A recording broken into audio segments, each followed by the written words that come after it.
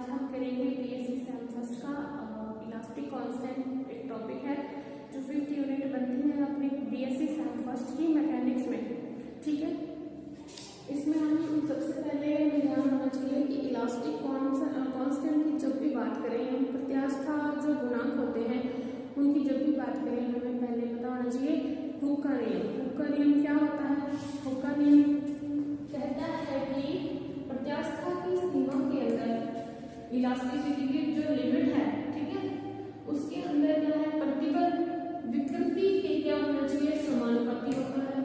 ठीक है, प्रतिबल हम जिसे इंग्लिश में स्ट्रेस बोलते हैं, ठीक है, प्रतिबल क्या होना चाहिए, विकृति के समानुपाती। प्रतिबल समानुपाती डायरेक्टली प्रोपोर्शनल टू स्ट्रेस। यहाँ पे मैं लिख देती हूँ स्ट्रेस से डायरेक्टली प्रोपोर्शनल टू होना चाहिए स्ट्रेन। ये रहता है इस नियम के अकॉर्डिंग।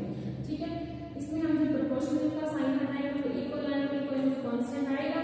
जब हम इसको इधर भेज देते हैं या इसकी वैल्यू निकालते हैं तो यही बेसिकली हमारे पास जो ई क्या होता है, ये हमारा प्रत्यास्थ गुणांक होता है। ठीक है, और इसको इक्वेशन क्या बोलते हैं, modulus of elasticity, elastic constant बोलते हैं इसको। और ये 3 टाइप का रहता है और ये किस पे डिपेंड करता है, नेचर ऑफ मैटर, किस तरीके का वो मैटर है उस पर बिल्कुल डिपेंड करेगा। ठीक है, इसका फॉर्मूला रहेगा प्रत्यास्थ गुणांक का स्ट्रेस अपॉन स्ट्रेन। ठीक है, चलो इसकी अब 3 टाइप जो है वो हम डिस्कस करते हैं आगे। पहला है यंग प्रत्यास्थ गुणांक। ठीक है, यंग्स मॉडुलस ऑफ इलास्टिसिटी। ये क्या कहता है, प्रत्यास्थ सीमा में अनुधेय प्रतिबल व अनुधेय विकृति उनका जो अनुपात होता है वो क्या होता है हमारे पास, यंग प्रत्यास्थ गुणांक। इसको हम किससे डिनोट करते हैं, कैपिटल वाई से। ठीक है, कैपिटल वाई से डिनोट करेंगे यंग प्रत्यास्थ गुणांक। यही हमने बताया ऊपर कि अनुधेय प्रतिबल अपॉन अनुधेय विकृति, इनका जो रेशियो रहेगा वो क्या रहेगा, यंग्स मॉडुलस यंग प्रत्यास्थ गुणांक।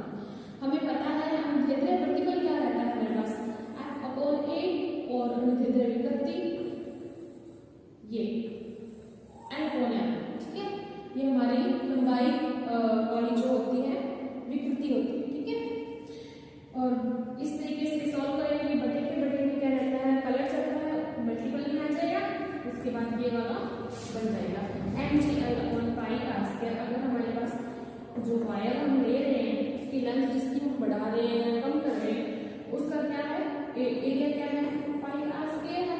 पाई आर स्क्वायर, ये देखो पाई आर स्क्वायर है तो ए की वैल्यू यहाँ रख देंगे और एफ की value F equal to mg। ठीक है, बार बार लटकाने से हमारे पास क्या लेंथ में वृद्धि हो जाएगी, लेंथ बढ़ जाएगी, लेंथ इंक्रीज हो जाएगी। ठीक है, तो ये हमारे पास हो गया यंग्स मॉडुलस। ठीक है,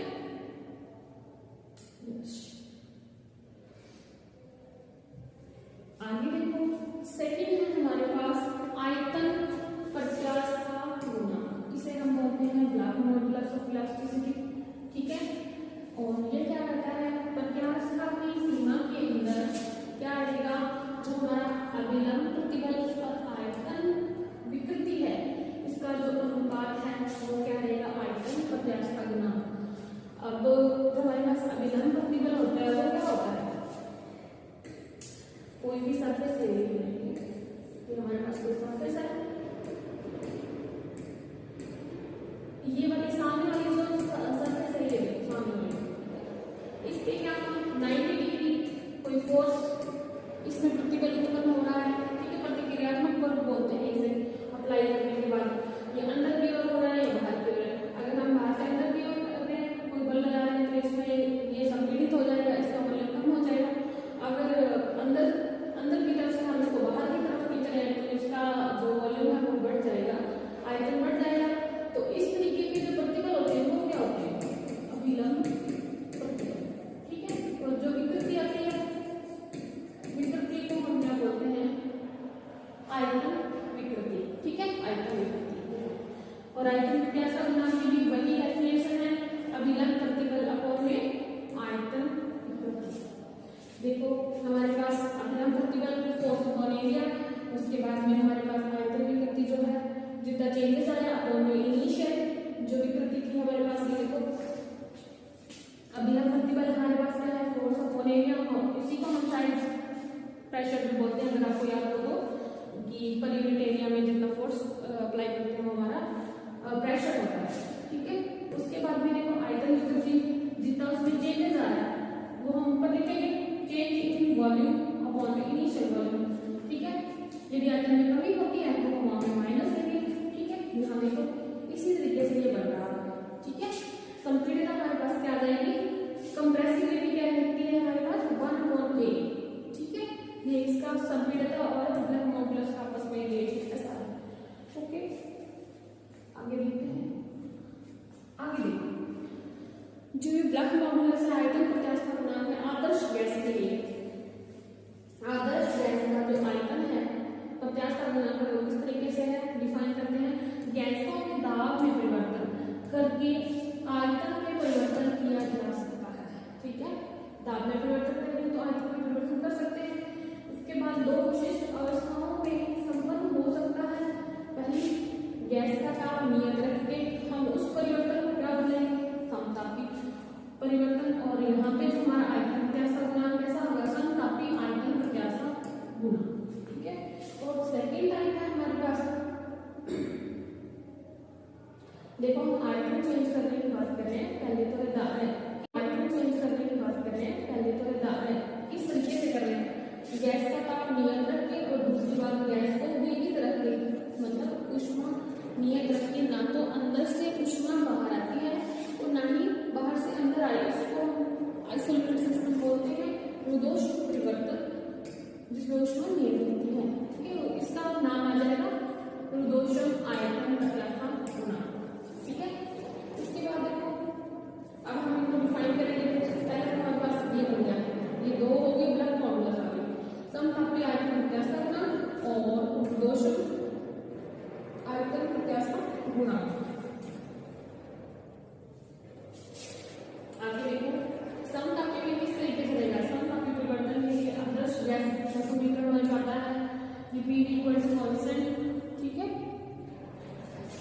इसका हम डिफरेंशिएशन करेंगे, वही u into v मेथड लगा के p del v plus k del v equal to 0, constant 0 रहेगा। इसके बाद में हम मीमांसा की वैल्यू निकालते हैं del p की, del v upon p del v upon v आ जाएगा इस तरीके से माइनस, देखो इधर। इसके बाद k समतापी, यदि हम क्या निकाल रहे हैं, समतापी आयतन प्रत्यास्थ गुणांक, ठीक है। आगे देखो यही रहता है हमारे पास, ठीक है।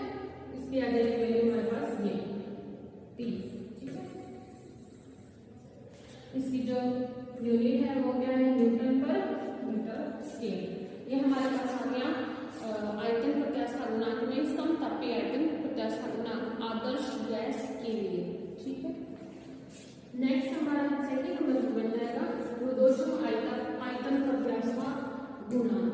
रुदोषम आयतन प्रत्यास्थ गुणांक का समीकरण क्या रहता है, P gamma equal to constant. इसमें भी सेम डिफरेंशिएशन करेंगे, ठीक है। डिफरेंशिएशन करके u into v मेथड लगाएंगे, पहले u बाहर जाएगा फिर v बाहर जाएगा, ठीक है। उसके बाद में del p की वैल्यू निकालेंगे यहाँ से, तो del p की वैल्यू बढ़ने के बाद हमारे पास रह जाता है, देखो ये ऊपर लेके जाके इसको सॉल्व करेंगे, गामा रह जाएगा, ठीक है। और देखो गामा माइनस 1, ये बचा रहेगा माइनस का गामा v की पावर, और ये देखो gamma minus 1 minus gamma, sorry, ठीक है। इसे कैंसिल हो जाएगा, ये रिवर्स रह जाएगा, ये अपॉन भी रह जाएगा, ये देखो आगे रिवर्स आ गया, ये नीचे लिख दिया, ठीक है। ये हमारे पास के रुदोषम यानी कि रुदोषम आयतन प्रत्यास्थ गुणांक जो है वो हमारे पास इस तरीके से आता है, ठीक है। इसकी यूनिट क्या रहेगी, न्यूटन पर मीटर स्क्वायर, ठीक है। हमारे पास थर्ड गुणांक, ठीक है। थर्ड इलास्टिक जो प्रत्यास्थ गुणांक हम बोल रहे हैं वो कौन सा है, अपरूपण गुणांक। अपरूपण गुणांक कौन सा है, देखो मॉडुलस ऑफ रिजिडिटी इसको इंग्लिश में बोलते हैं, प्रत्यास्थ सीमा में अपरूपण या स्पर्शीय प्रतिबल। अब देखो स्पर्शीय प्रतिबल का आपको ध्यान हो तो क्या होता है, स्पर्शीय प्रतिबल, देखो ये कोई बॉक्स है कोई भी, ठीक है, इस तरीके से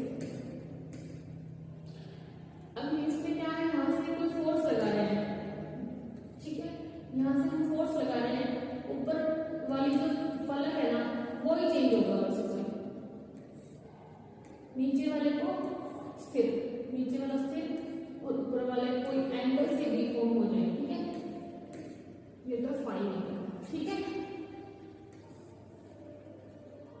इस तरीके से आ जाएगा। इसको थोड़ा सेट बना दें।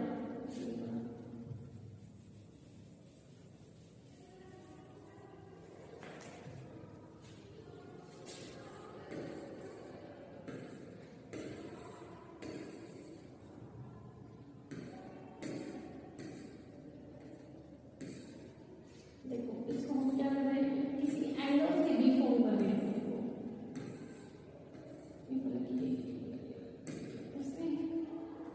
ये वाला फलक क्या आ गया, थोड़ा एंगल से भी फॉर्म हो जाए, ये देखो।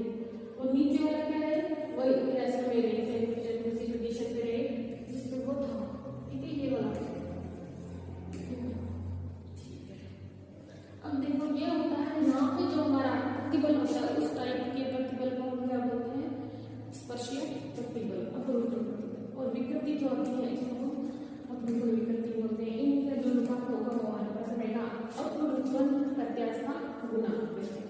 इसे हम मीटा से व्यक्त करेंगे। अपरूपण गुना मीटा क्या है, अपरूपण प्रतिबल अपरूपण विकृति, ठीक है। उसके बाद देखो अपरूपण प्रतिबल F/A और फोर्स/A से हम बोलते हैं। अपरूपण विकृति हम पहले बता दें, यहाँ पे फाई है, ठीक है। फाई के लिए अब देखिए कोण आ गया, कोण आ गया।